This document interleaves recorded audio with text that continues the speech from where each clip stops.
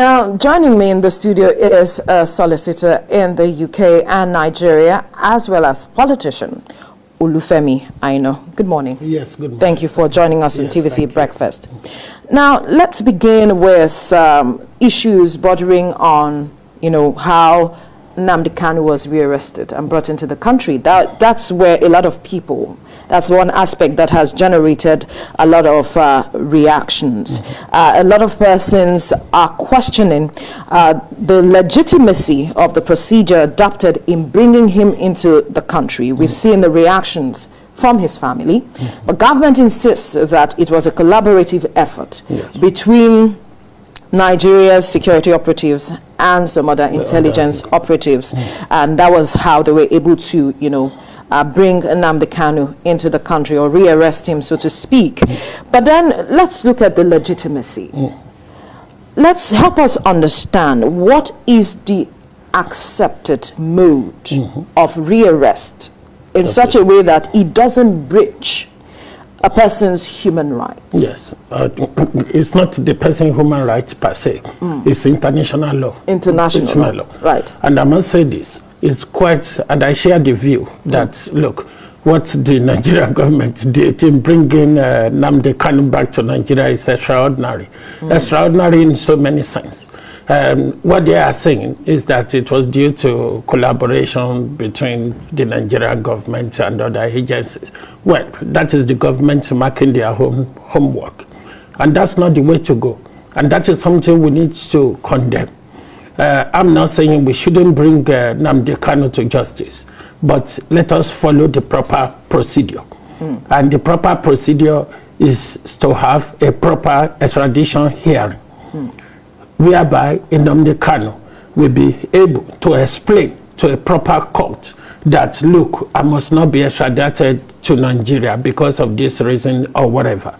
And there's one important point.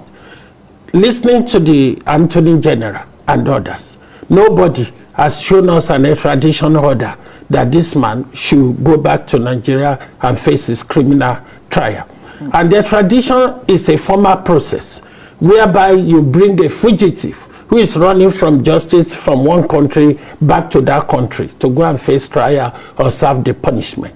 And I used the word formal.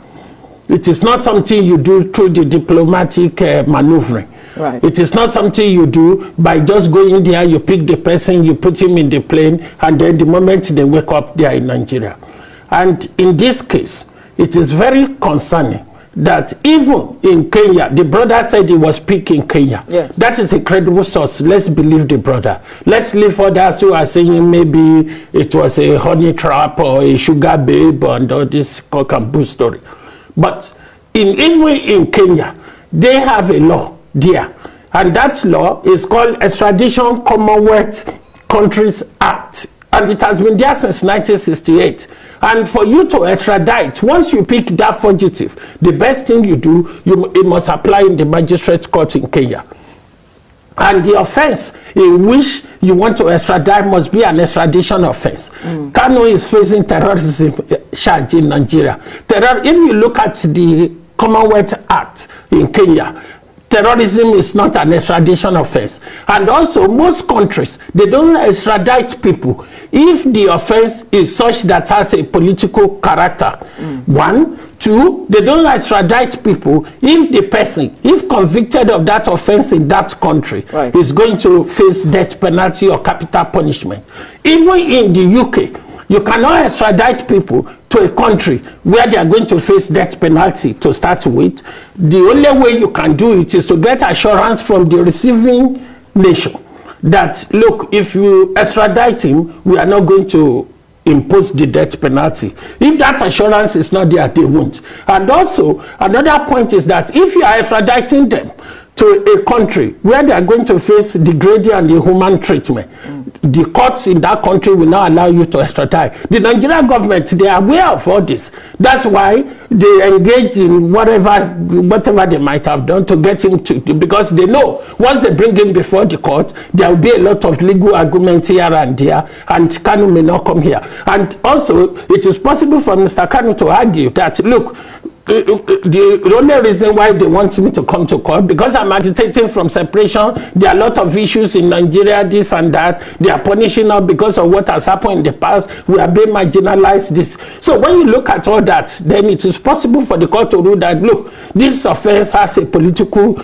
character, and there might be other. So but could this be why he wasn't picked up in the UK, as a lot of persons thought? Well, if they pick him in the UK, he won't come to Nigeria in a million years. I can tell you that because I'm a solicitor there. Number one, the Human Rights Act forbids you, under Article 3, sending people to a country where they are going to face inhuman degrading treatment. The prison condition in Nigeria is not something to write home about. The legal justice in Nigeria is something that doesn't move in a very punctilious way.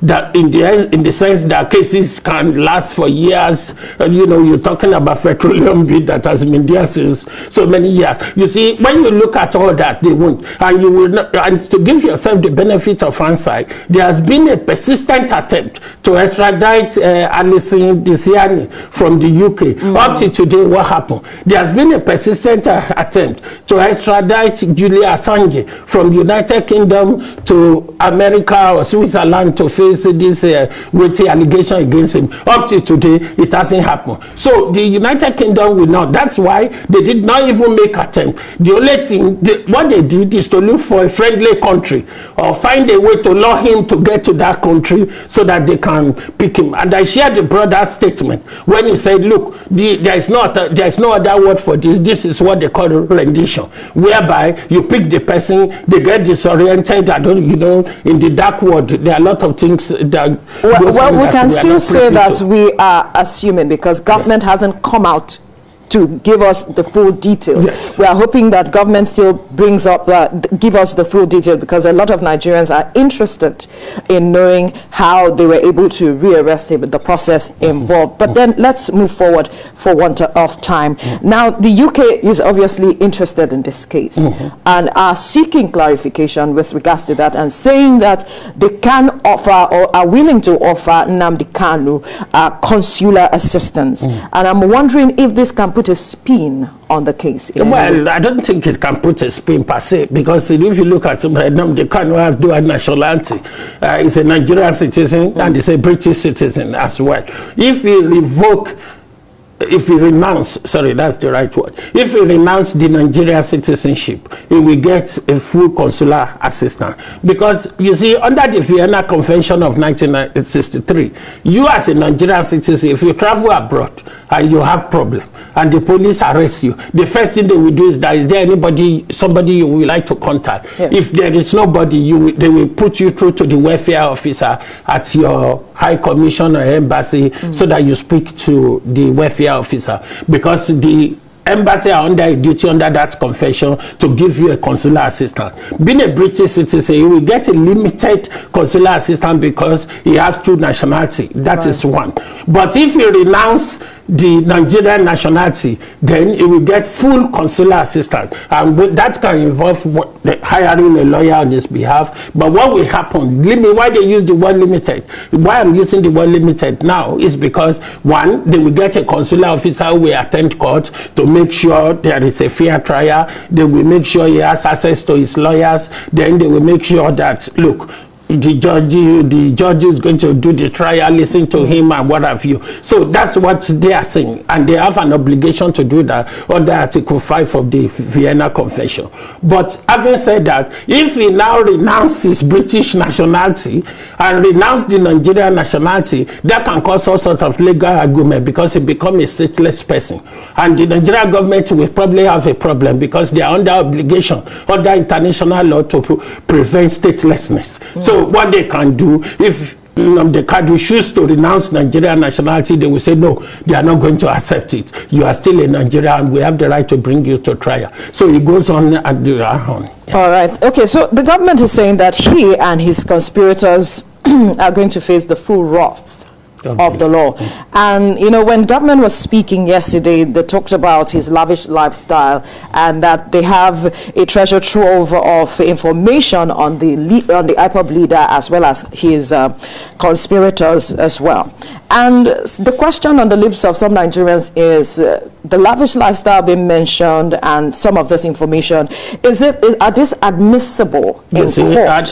That's where the problem lies. Number one, this is in our life. What the charge against him is one of these lifestyle offenses where you are dealing with a drug dealer who engage in money laundering because they always live a lavish lifestyle, live in a big mansion, riding all this expensive car, Goshen, and what have you. Now, that this is a terrorism. It may well be.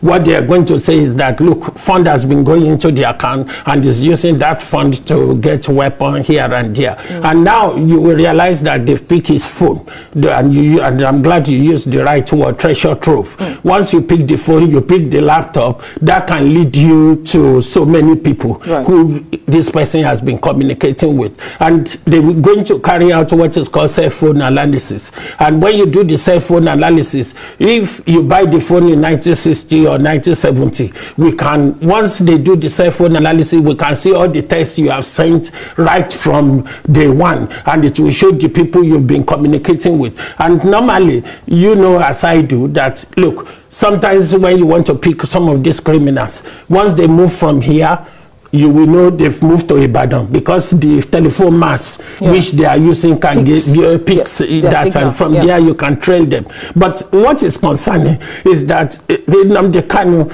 I don't think is a stupid person. Once you have a problem of this nature and you want to travel, are you going to use your real identity? Most of his contemporaries, what they do is to use assumed identity because they know the security agencies are after them. They are trailing them here and there. And also, who are you communicating with? Look, why one must commend the Nigerian government in a way for being able to trail him. They might have lured him using one of these kinky ladies with flamingo legs that, look, come down, we need to see you, blah, blah, blah, I want to befriend you. And then also, when they do that, it is called honey trap, where you use a woman to get them. Or the alternative, maybe you do what is called a target monitoring. You are not monitoring Nnamdi Kanu per se.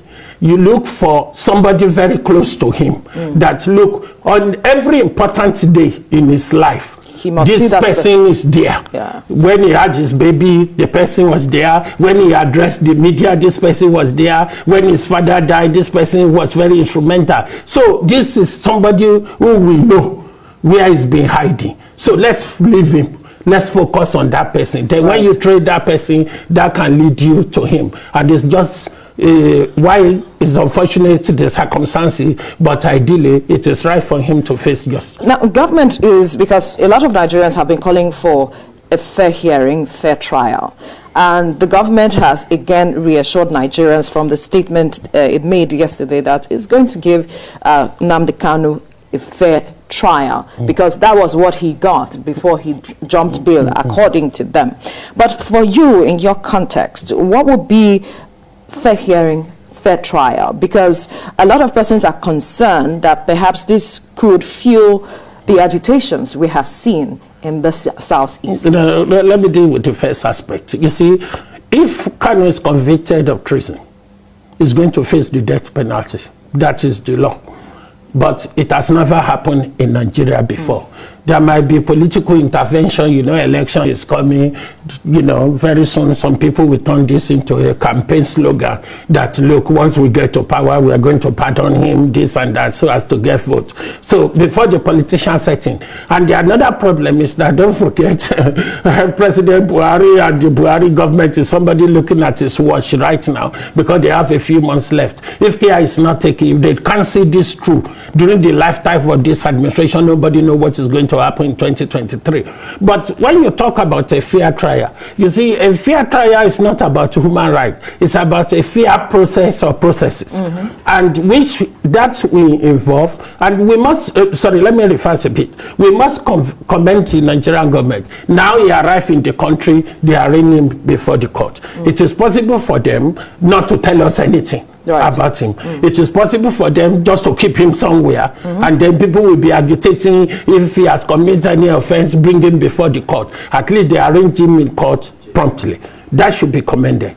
But what the fair trial will connect at this stage is, one, they must give him access to his lawyer. That is very important. And the judge must give him sufficient time to prepare his defense. That is the problem with the Nigerian system of justice. They bring them to court, then the judge said it's going to be back-to-back trial, in which case the defense will need access to him. You know, this is a guy who has been through a lot, irrespective of his conduct.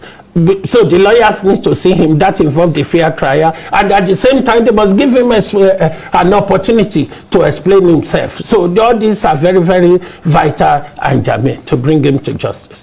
All right, we must thank you for your time, solicitor in the UK and Nigeria, as well as politician Olufemi Aino, for your time on the program. Yes, thank you for all so the time. much. Yeah.